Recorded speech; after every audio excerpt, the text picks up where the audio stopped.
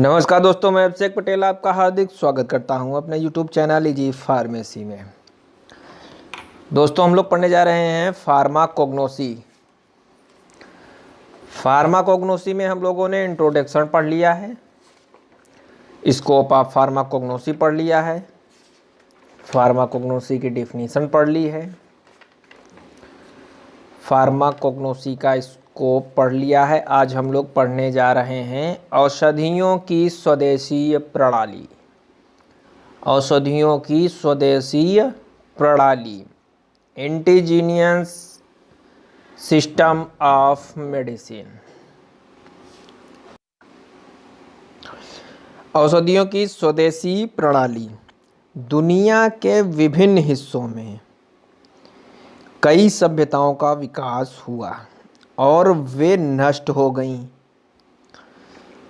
ठीक है, समझ लीजिए, दुनिया के विभिन्न हिस्सों में कई सभ्यताओं का विकास हुआ लेकिन वो नष्ट हो गईं, परंतु उनके द्वारा विकसित की गई चिकित्सा प्रणाली यानी चिकित्सा की वैकल्पिक प्रणालियों के रूप में लोकप्रिय गईं और अभी भी चलन में हैं।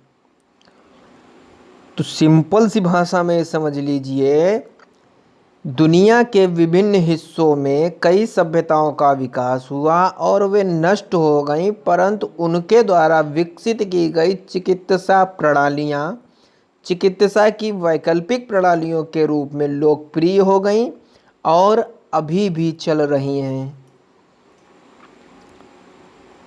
आधुनिक एलोपैथिक प्रणाली को दुनिया भर में चिकित्सा की प्रमुख प्रणाली मानी जाती है। इस प्रकार दुनिया के विभिन्न भागों में विद्यमान अन्य सभी चिकित्सा प्रणालियां इसके विकल्प हैं। इन वैकल्पिक चिकित्सा प्रणालियों के दर्शन और बुनियादी सिद्धांत एक दूसरे से अलग हैं। उन्होंने रोगों के उपचार और प्रबंध और अच्छे स्वास्थ्य को बनाए रखते हुए मानव जाति की सेवा की। आगे क्या है? दवाओं के इन वैकल्पिक प्रणालियों को दवाओं की पारंपरिक प्रणालियों के रूप में संदर्भित किया जाता है, जो अभी भी दुनिया की आबादी में लगभग 80% लोग उपयोग में हैं। 80% लोग उपयोग करते हैं। पारंपरिक प्रणाली चीनी चिकित्सा प्रणाली, यूनानी प्रणाली, आयुर्वेदिक प्रणाली, अमाची और होम्योपैथिक चिकित्सा की पारंपरिक प्रणाली हैं, जो प्राचीन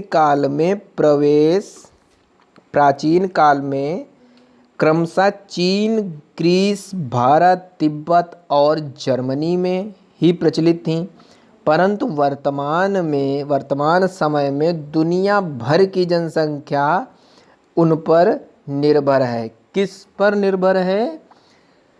स्वदेशी प्रणाली पर 80% लोग, दुनिया भर में 80% लोग निर्भर हैं। भारत में मुख्य रूप से उपयोग किए जाने वाली औषधीय प्रणालियां निम्नलिखित हैं। कौन सी? आयुर्वेदिक प्रणाली, यूनानी प्रणाली, सिद्ध प्रणाली तथा होम्योपैथिक। इनको भारत में मुख्य रूप से प्रयोग करते हैं। तो दोस्तों, ये थी औषधियों की स्वदेशी प्रणालियां। अब हम सभी प्रणालियों को यानी कि आयुर्वेदिक प्रणाली, यूनानी प्रणाली, सिद्ध प्रणाली तथा होम्योपैथिक प्रणाली को बारी बारी से पढ़ेंगे।